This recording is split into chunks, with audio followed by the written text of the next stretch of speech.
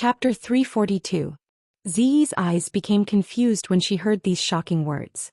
She seemed to be imagining the scene of the fierce battle. Yu Qianzhou was shocked and excited, but he didn't think it was strange. Bai Changqun once told him that he had even killed immortals in the upper world, so it was normal for him to have no opponents in the cultivation world. Although those people were forced to make a poison oath, they didn't give up.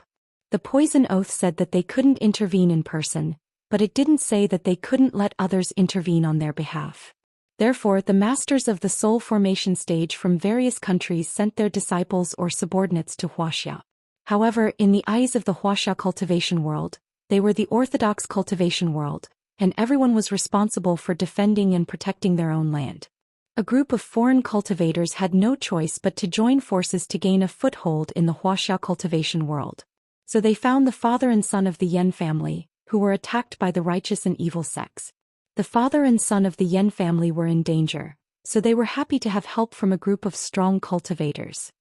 As Nongzhu spoke, she suddenly said with a teasing smile, "Yu Qianzhou, I heard that the father and son of the Yan clan were forced into a corner by you.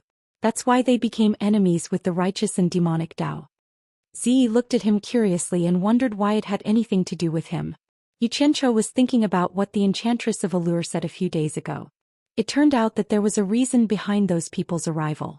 But after hearing Nongzhu's words, his face suddenly became serious and he denied flatly, "Slander, this is pure slander. In fact, the father and son of the Yan family have been enemies with the righteous and evil sects for a long time. I'm just too upright and I really can't stand such despicable behavior, so I revealed the truth." Nongzhu smiled and said, "I don't know whether you're upright or not. Anyway, I only know that many cultivators call you the scum of the cultivation world. I guess that once you showed up, many defenders wanted to kill you, especially the Daoyuo sect. I heard that you killed the son of the head of their sect. Plus, the Daoyuo sect was probably going crazy at that time. Could be said that they were humiliated by you, so they sent a large number of people and almost turned the Wuxia cultivation world upside down. But even I didn't expect that you would hide in the demon ghost region and become old Bai's disciple. Who would have thought that? No wonder I couldn't find you anywhere." Although Ziyi rarely interfered with the matters of the outside world of cultivation, she still knew about some of the higher-ranked sections. This fellow in front of her actually dared to kill the son of the Deluo sect's sect master, which was ranked second in the righteous Dao.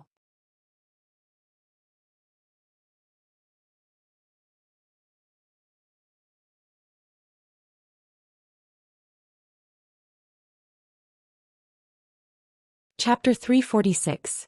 Yan Tuo, whom Yu Qianzhou hadn't seen for a long time, had arrived.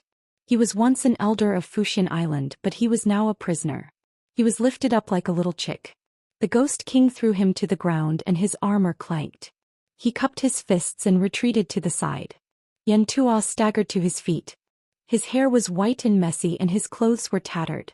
There were bloodstains on his torn clothes and it looked like he had been whipped. He looked like he had aged a few decades in an instant, and he didn't look like the elder who ordered people around. Yu Qianzhou looked down coldly.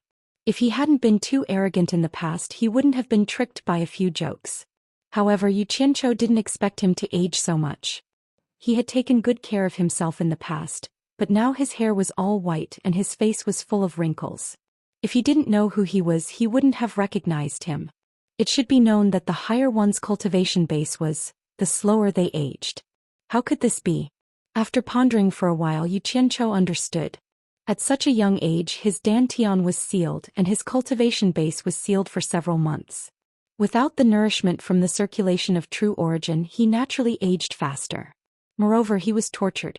He didn't know how Yu Ji tormented him after she understood that it was fine as long as he didn't kill him. Like an old man over 100 years old in the secular world, Yan Tuo staggered around the hall.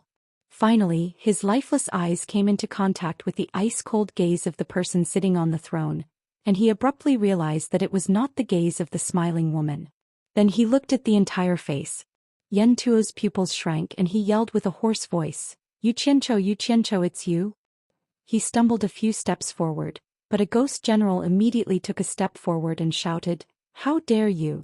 He slapped him back to the ground. Ziyi couldn't bear to watch any longer. She clenched her teeth and said to Yu Qianzhou, "If you want him to die, just say the word. Why do you have to torture him like this?" Yu Qianchou looked at her coldly and didn't say anything to her. Instead he said to the people below, "Old man Yen Tuo, we haven't seen each other for many years. I didn't think that we would meet again. Where did the arrogance that you used to order me around go?" Yen Tuo got up again, looked around and then looked at the person sitting high up on the throne. Instantly he understood everything. The person in charge now was Yu Qianchou. There was a trace of blood at the corner of Yen Ta's mouth as he shook his white hair and smiled bitterly. "Looks like I've been deceived by you. You have enmity with my son, so how could you not kill him? I'm sure my son has already died miserably in your hands." Yu Qianchou sneered and said, "I never lie. If I say your son is here, then your son is naturally here.